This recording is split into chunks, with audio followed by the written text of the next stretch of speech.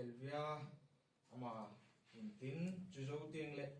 mi pi taw kom inei deu hin taw kom inei masang wa phat ong poi tabang taw na ngai cha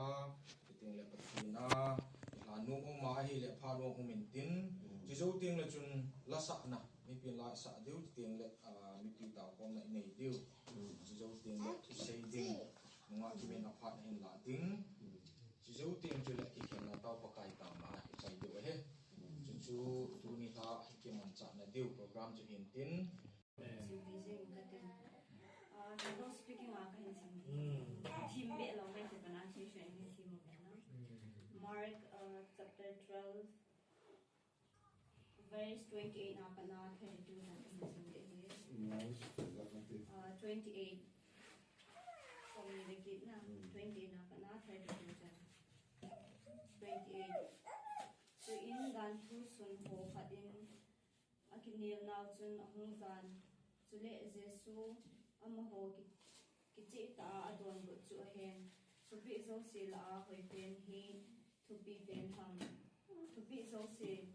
la a hoi pen hi to be pen hoi pen hi to be pen ham tin adong in a hi le jesun adon go in a pi pen chu hi chi hi a hi bo Israel ta te ho ngai zun pakai pathen chu pakai khat se bo a hi nang man na long pum pin na tagaw pum pin na long thiam pum pin chule amen hallelujah na thane apum pin pakai na pathen chu ngai lun a hi na hi che hi a hi nang ma na ki ngai lut bang in na hing na ko ngai lun hi te ni sang a thu be len zo a poi ati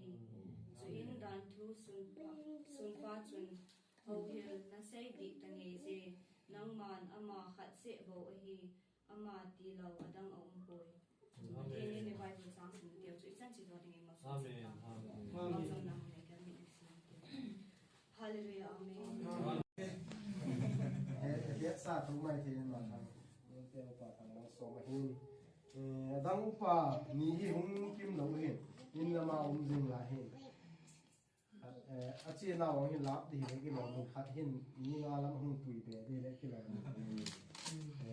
thang go hau upa secretary pu he ma hi tu ta to ba le ma he sei chet the na hi tu tha top lama hi kim the dinga ki sap a hi wow puzan hi recording secretary pu hung ki hi Southern Hospital achi medical checkup achi la hung thei hin tuite ne zan tu lai adap ji hin hung thei hon ni azo chu ni hung ko len ma ni zan lam hi azo thim hon ta lo hi hin ki paw men doctor zam paw hung ki hung ji ina ma he ki kop asun no men ila hin ma hung zanin Nepal la ho ko ki ngai tha ji hin di la ho ko ne anon so ma yin chunga ki pa thu ga se pin hung jing jin lang tu le hin I program mu chu them khat ga sudang la mu tin na ko ng se yin ka tin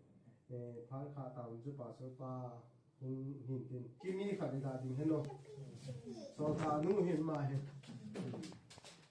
so ta nu ma hi goti yong kholi mu la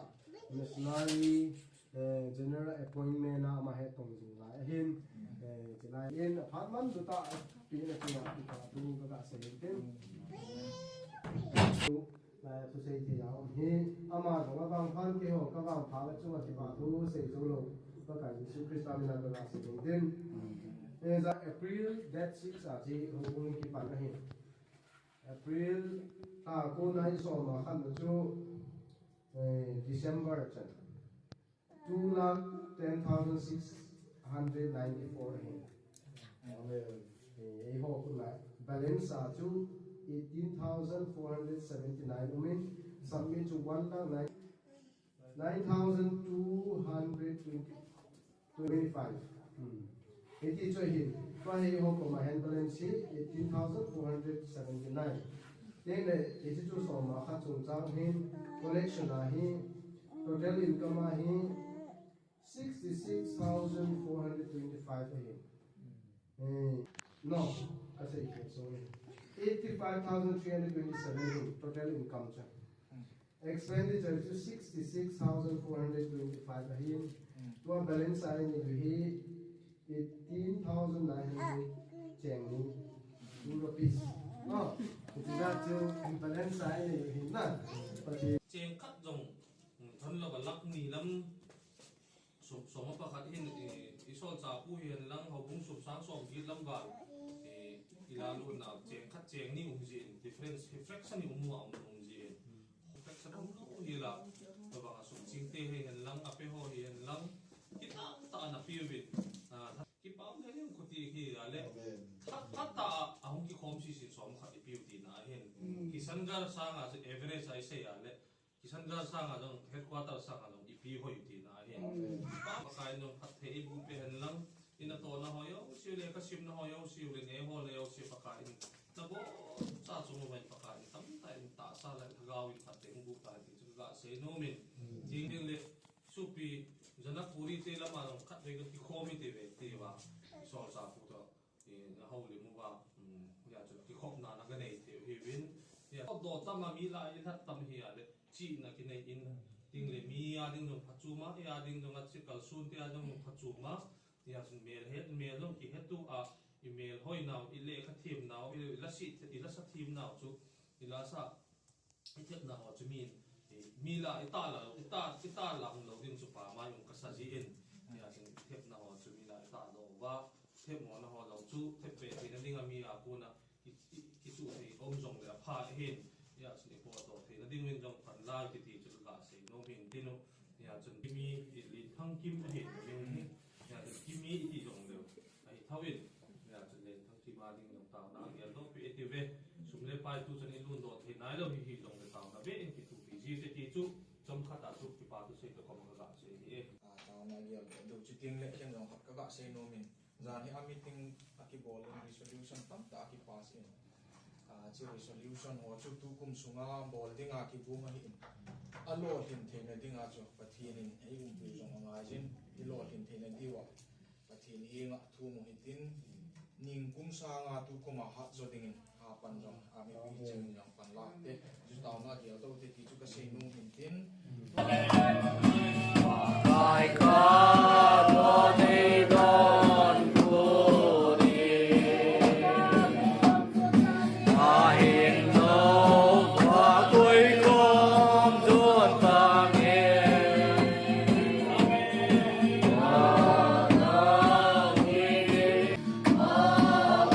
gọi ông cung lan ngày luôn khăn lâu bên cross mà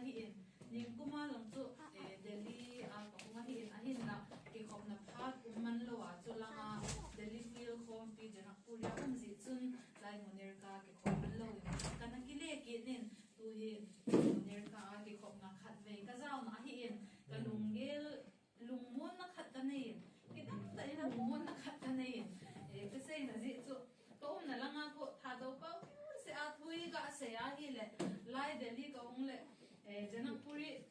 haptama sa atu Janakpuri atu say na phat kaganayin tuni atu pastor na say bangtun kolhola ay so pe hon new friends colony lang atu say na phat ka man kinin tuni alay ke sangara ka man kin na hile iti ham kumni balang mizo pa wihan lang akol pa wihan lang amar pa wihin lang le tu kisay katalaw hizi tun lunggi la hi say thầy lâu là khát ở bên lại có không à ấy bao à lại cả xã hi lệ cái lúng sẽ riêng in đồ cái sai in mi chắc là cái dòng lệ cái nên cái biểu bên mi này lệ cũng là áo cho và cái gì số cái cũng mẹ thì bằng chân tu cái hình hậu cũng mi tên là áp thì nó giàu hi thì cho mà san cái sai nôm hi hiện lăng cho lệ tu ni cái hình lại cái khom na cái khát này cũng là hi gì chân cái mà là lăng Karaoke mode. cái mà là lăng chân cha report gặp ping cái tin có là hi yong poli hi in go hati feel sunga hi in go hati chi le ba le na i ham ti azan gi na ding ngai cha na hi zong le langa hi nei hin hau te sing hi ti so ho bu te hi nga ka ga sai den lang silai go hati sung zong hi ta pon ke ho na go megalaya sung hi ta megalaya thing krang sung ma hi in ho bung mi te na chi sei le a khopi sung zong hi ta pon thing krang la ka chi hi ka ti jing si in ke ho ka chen na mun lang hi mai puli ki ti in ga ro ho la chen ka hiu bin tua ho bung mi te long bu azat le nam lang ai sei a hi le gam te ki se hiu bin ai la khat chan gam te pa ho hiu bin ai pau ta do speaking ho la ana chen kha hi zi wa chu ta do pau se amangu bin gam te pau na he no hinam ka ti no le gam te pau chu check khat seng ni a sei the hiu bin gam te pau mang thei no te hiu bin amo te ko ta do sẽ màu cút thả đồ kiểu sẽ nêu viên à màu đĩa rồi con gắng cái bao màu theo viên mà giờ họ gắng cái họ con gắng cái bao mà màu thế đấy bằng giòn nó theo viên nên là bật thế này cũng viên hậu cung mi dòng mi xôm lì để khát lăng cấu một viên department lăng sang ai PYD LAD thì ho department ka ka si moving ahin la department na long chu tu ni kisan gara long report ka na petan department na lam kai si ga din sa LAD lam kai nu pi lam kai ga din sa PYD khang lai ho lam kai ga din sa ho bung upo ho din sa hi le member ho bung ta lo se lam kai ka pan tapang nga department isi mahile ho bunga dinga tahat makhanong min ho bung upali le umubali le akhang lai ho PYD ho to ding be ya kigiam nakhat an nei zil me dizi chun PYD ka ga din ubali le PYD chun ho in se hoi na ho I pem to na ho kasi mo la ya parda ti ho ho bin sunga dong izak tham til ka bol do ubin ka ga mangzing ka te ho mi ho na hin bol do ubin la ya kung nim kuma so LED la ya chairman table dito ipita amplifier ko na di ate ubin table ni ahin so do ubin di ho so ho kung meeting pan ala now so sa report ka ga pi hen lang say ta pa nga so member lang sa nga so katang lo ga mo bin patin ay um pilvin kasi nung na so hile lai munir ka ho kung meeting ang hi a member si ma so tsaka di may tayo na member mi isa kung oh som ni nga ho sangan na lozo na alayo di isan gari ka din le PYDC sin la hin sa ka member ho zat la sa dinga na kung ding do hi ka di tabang zo na hi bin la ya bang so hinge ka ke ho sangan na lozo di no ba so ka ki hi sa sa me te hi pi le patin tu mun khasin la na hin nei ka tin as bung li na sang so le sang tu ka te patin tu na ngai ka pi te Exodus bung li na sang so le sang tu na itizing zong chun mosin bo ka pakai na hi nga ka taw hi je midang khat so so dan tin an sei na la je patin na tu patin bo pi ka hen amen bung mi te hi nga sei ding sei nung ka ho te sei ai la sei nung go sei a hi le ga ko ba ke ya sei lo ngai mai the hi in no ta zong su mai the hi in Sunday le su ti ne ya la ya ki khop ma hung zong na diu ka ta san in le ni dan bo ma hi in ke pa the jing in ho bung mi te khop som na pi dan bo la ya to lom thil pi na pi dan bo report audit report e ga ngai ta a hi le ka tha no min ke ho yong mali yong ku member som ni lang ko umu bin member som ni chu thing thanga cheng keu se government na tong khat sa jong lo private na tong jong lo hap ta khat na hi ke ho di tu Sunday sul long ka ki khop the lo hi ke ho ka ti le nang ho na hi tho di wa hi la ya dong hi zan kai kom le hi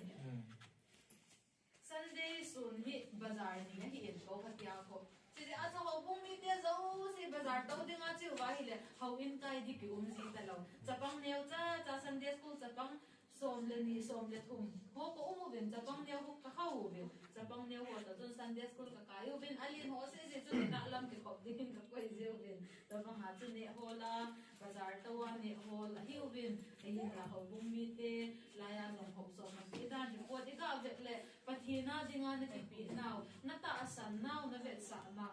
na thil bol ho na to ho imu theile imu a hi le ki ka zingin pan hin lau ho ka ti nu ma hi pathina dinga hi pi tam va lo pon ipi tam chana chu phat theina hum ki le long tam hi pathina dinga chu kalisun tam chana chu eya dinga pathinin eile pi pa hi tam chu a hi ti ho mi te ni he tiu poi mo ka sa in ti chu lungge la oi jingo hitin nim kum sanga tam che nim kum sanga ha che a pan la dingin ho kum mi te ka hin ti ma hi e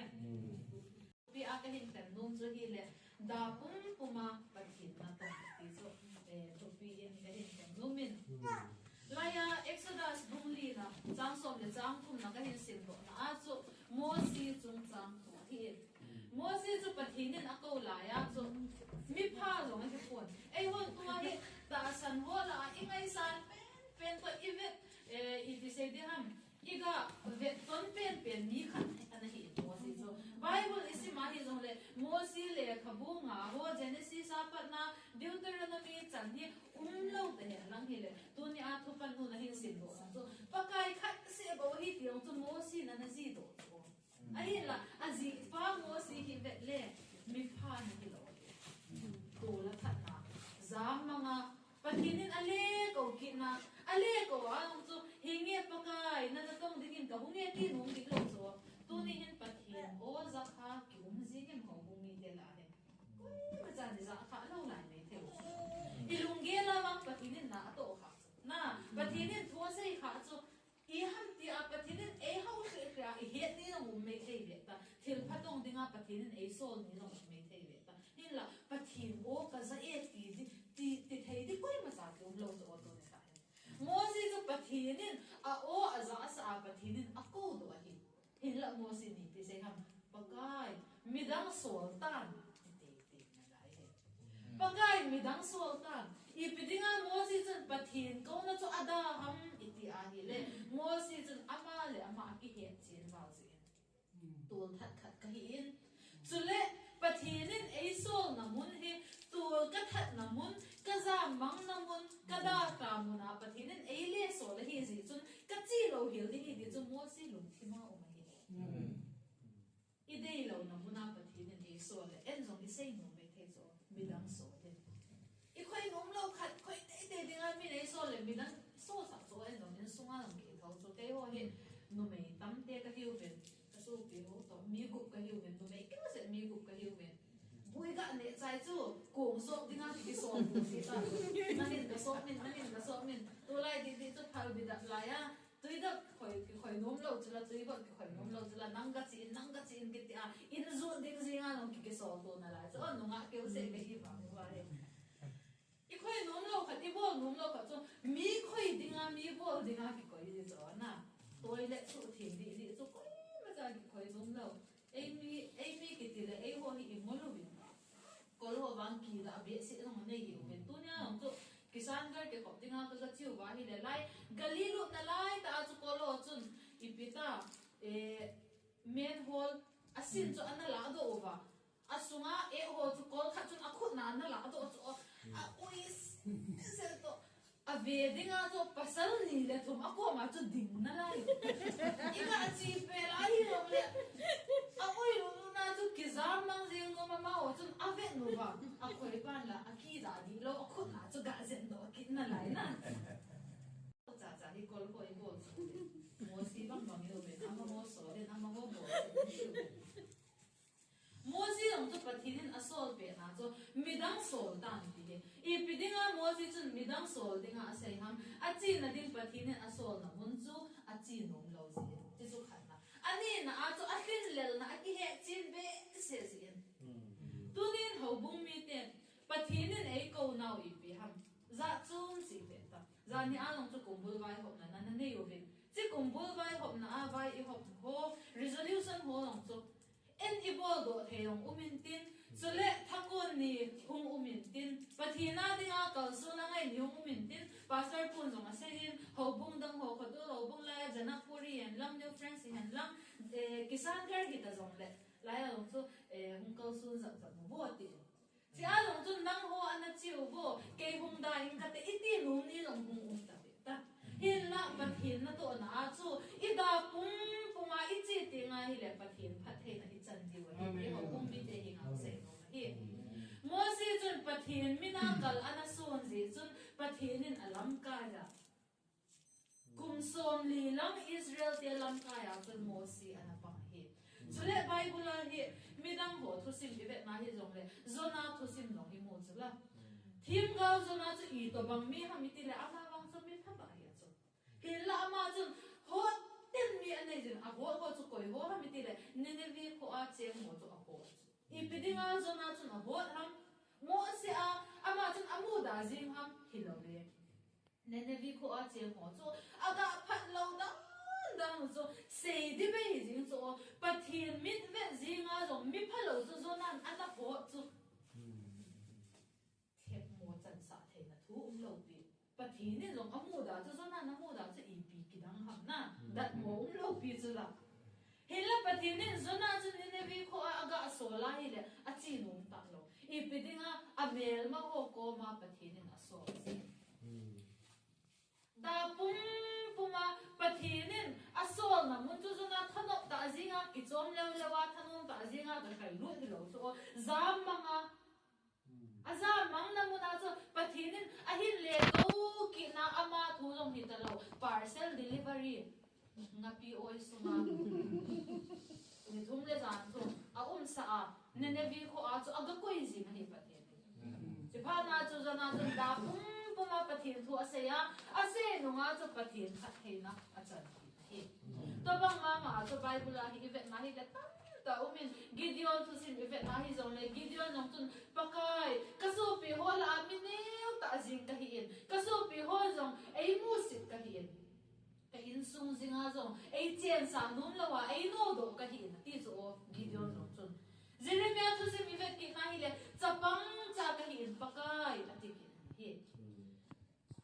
Sol cha pol hung pin tha jong chu sol cha pol chu mi phalo ta khat ani sol hi la ya chu hung pin tha a amit hung chu a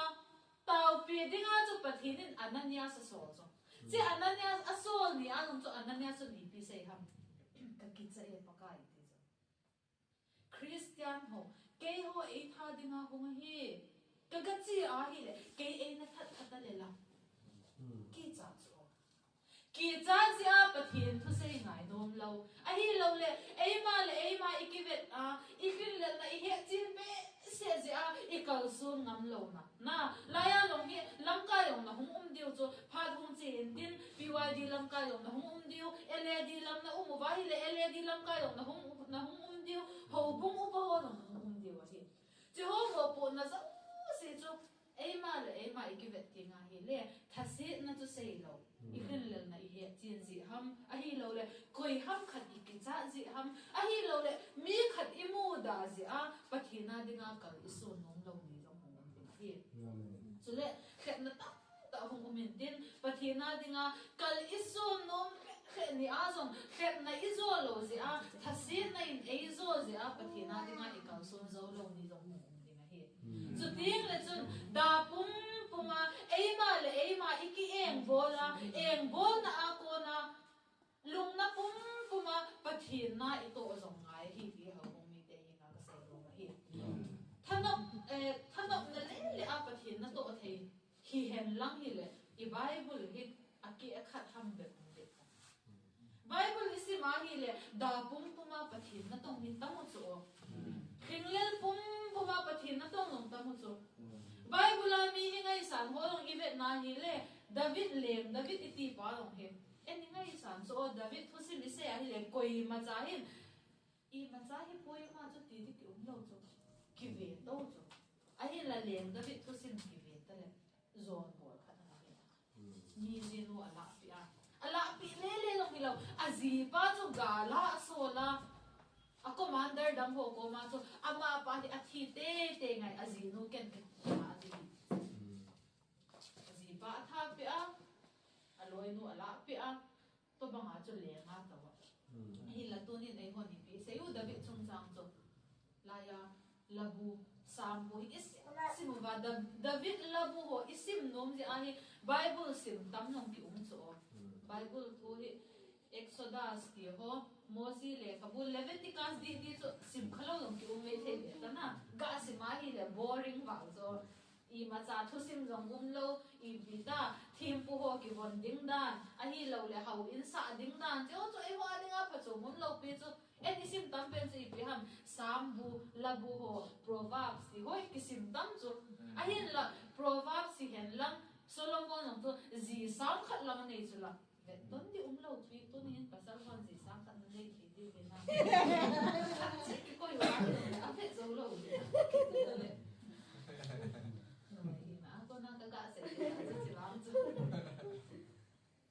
Bible ami ho personality event na character event na ahi lo le I to bang mi ham background event na hi le ma cha hi sei se na di lo he mi thien koi ma cha ki lo mi hi ze ovin so an sin na nei ke o se hi ovin ahi la pathinin angai lu zala ako ho I ovin thei ho pathinin ngai lu zala ako ho hin da pum puma jong pathin nga ito nga ya hi ti ho bung mi te hi sei no min a chai na dingin silai sam number zakat na hi sin ka tin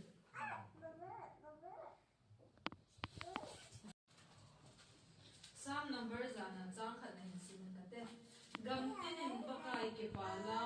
o che o chu zen zun sawin ke pa ta in pakai kin bo lang lasan a hing hin zo nun pathin na thu pathin bo ta hen amen kipa ta in pakai kin bolun lang ati ba lo chen kipa ta zinga pakai kin bol dinga ipidinga I hil ham tile kipa lo pum puma gang pakai kin ni bol the hi thin he so da pum puma gang pathin nung hi zui the hi da pum puma gang pathina dinga kalsun the hi hin la I kalsun dinga na la hi le ipidinga ka pum puma ki kalsun de na ipidinga da pum puma ki kalsun de ham ibol dinga nga la hi le kipa thanom ta jingin pathina ringin tong hitin silai mona jong hi isu pe ho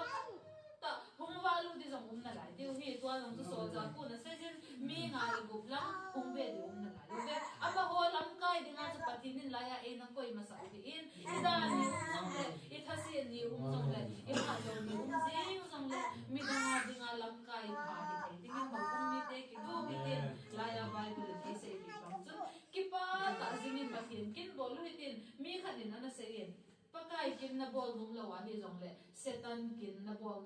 thau dinga hi ati em chi chu ati le jingin pathin kin ni bol lo le koi kin ni bol ham ti le setan kin bol ki he thau hi ji ji chun ho bung mi te pathina dingin kalsun dingin ki go hi te ti chu tu ni ta ka hin ti lang pathin na tu phathe bo pi sa hen amen Umin sei no tin tu nei ta tin koi ta bang tin ai yan lang chu tin la hu bun to phat ong ga hong tin tun phat ong pai yen de so pi so cha nun len thang kim hi apa hin akisum pi pe na hi ka sei no mong ni apa hin akisum pi academy na ma le ka thim thei hin ma ti ta le UPSC exam prelim hong thu in IAS officer hong hin tin ti angai tu jing lai hin di chu ngai tu del ya ko su a le kha hong sim sa gut coaching hong bo sa gut le ama thagao theng a hin na thagao theng in a hin po la Bible school chi din pathin na tong hi ding zo a pathin na hong khia la he ana ma bu wei ta pi lo di ha pathin thu la hingang ati khat lama la ki ne pi ki ya tu lungel ke Abraham to Sarah ka ge do jin tulai chung cha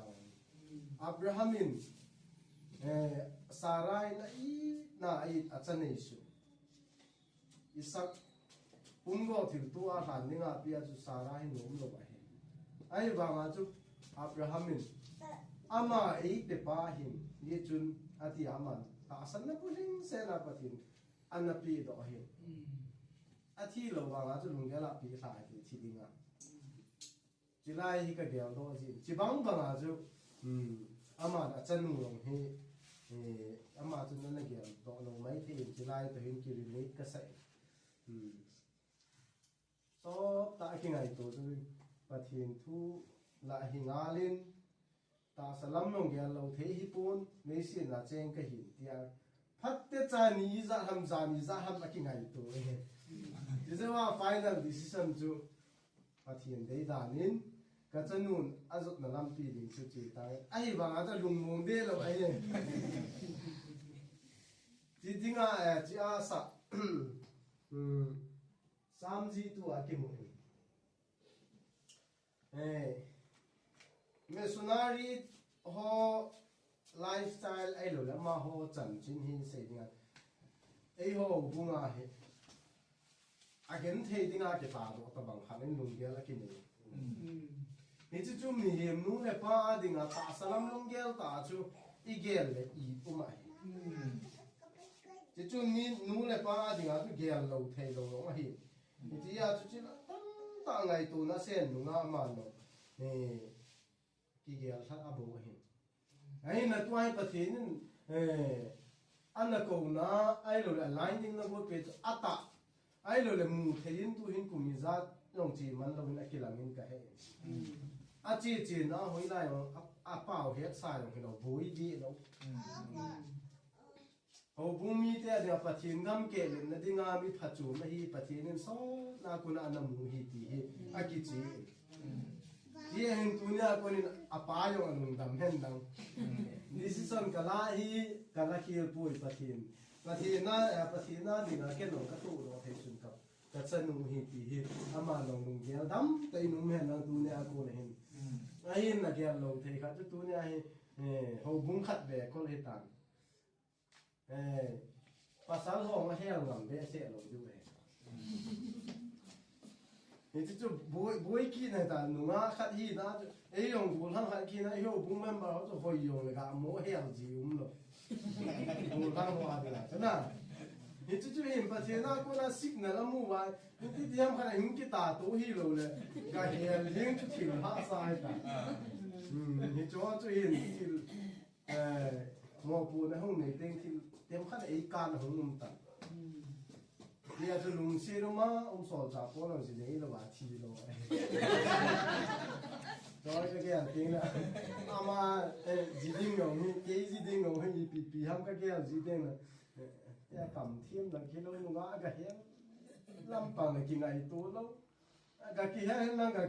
hung nôm khay là hung cây đá thôi hung cây nôm lâu nan hung này cái điểm gì họ hung gì à hiện hiện lâu thay đổi nên là mà hỏi để vào phao rồi ATI ông lại anh kim mù cá hin son ra hi mà sang anh là thịt phụ cá hin dia chứ tại gì hỏi ta này cái hoa thì ngài thèm khát đúng hạ sẽ thành cái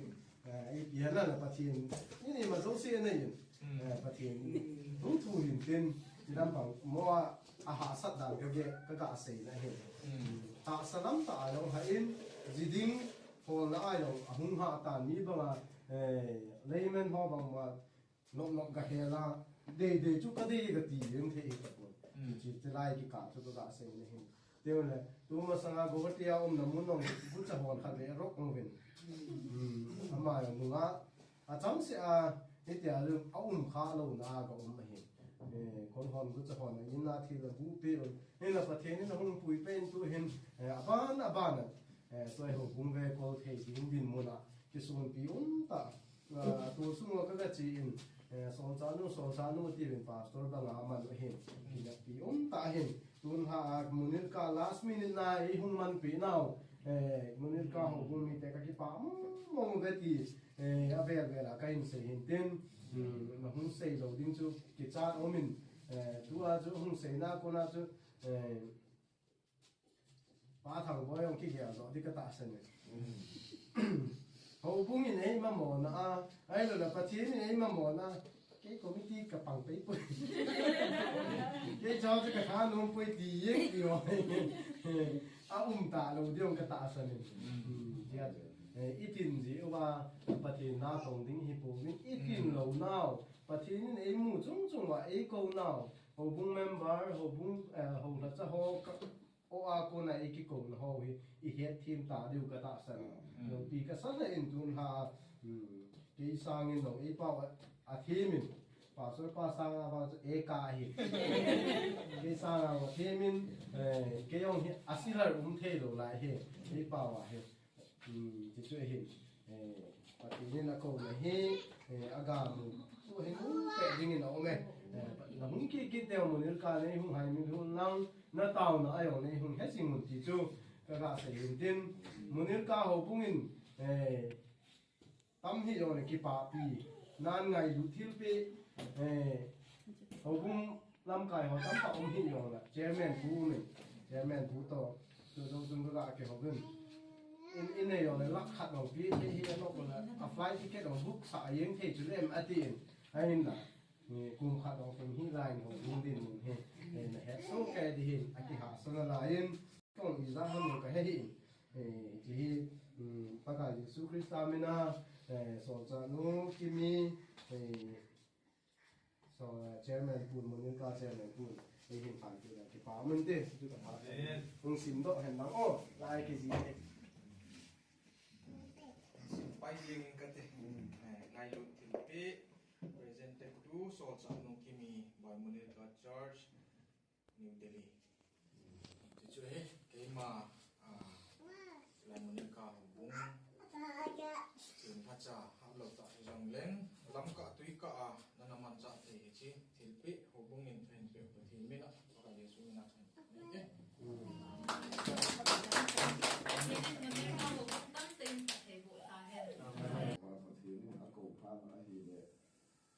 exam thầy tập buổi ở tiền này bên này ban dòng ác cầu in staff hall dòng ác cầu in anh muốn tôi gặp chế dễ lên thì dòng aku te anau te hin education purpose mà tu cái ha bộ lại bộ gì tu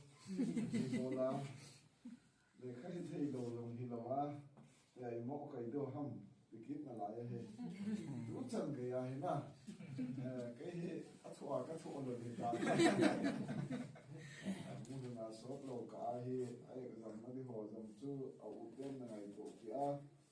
rằng riêng riêng riêng cái phát hiện áp phá lâu thì chú ba chú thì thấy kít đó, lại cái này Chhattisgarh là chỉ riêng hệ nó cái gì cả, Chhattisgarh là chú coi mà im miệng lâu coi mà lâu cái thà cái hôm kia là đến ba cái aboy cái tà hay cái gì lô nga ama rồi cái món ngon ta lâu ama thứ cái đà là đến ba thứ đà là ngắm ta lâu mua ngắm ta lâu cái gì đó hay là gục hông cái gì hông mà hiện đi vào ăn gì là gục cái gì xuống ngay thì là để hiện đi vào khu ăn sẽ thấy cái bà ông cái sợi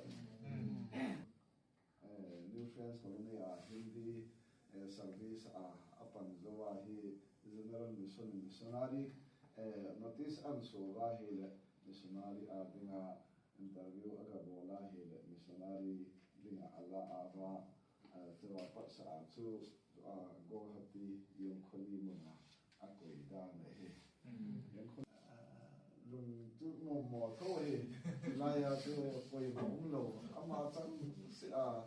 chan u ding pa chu ki ho ge la hi de ba kha hi na se chu ma tho chu long le zam long ki i bu ze lo chu ama i ge pha le na to ba ma o men ge ho mi ve ta a ina su se na ama ra ho a su se ma asum hầu bún sườn ác còn giống sườn chứ là lá bị ai thì lệ làm cải hồi lại thì ông đã riêng hiện rồi hồi lại không khăn quan tâm mà họ hiện lắm là từ dòng làm chung ông riêng hiện là tiền là phật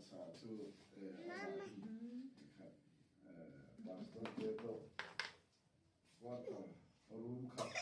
quá đi học isu mà tu azon la hi la ya tu panen tua tu nom sel khana room nom sel khana ahita ti ho tu zo an sei wang la ahi le kan sei ve ta the ni lo pi na kan hello in tu in abang si pai pai yang hitin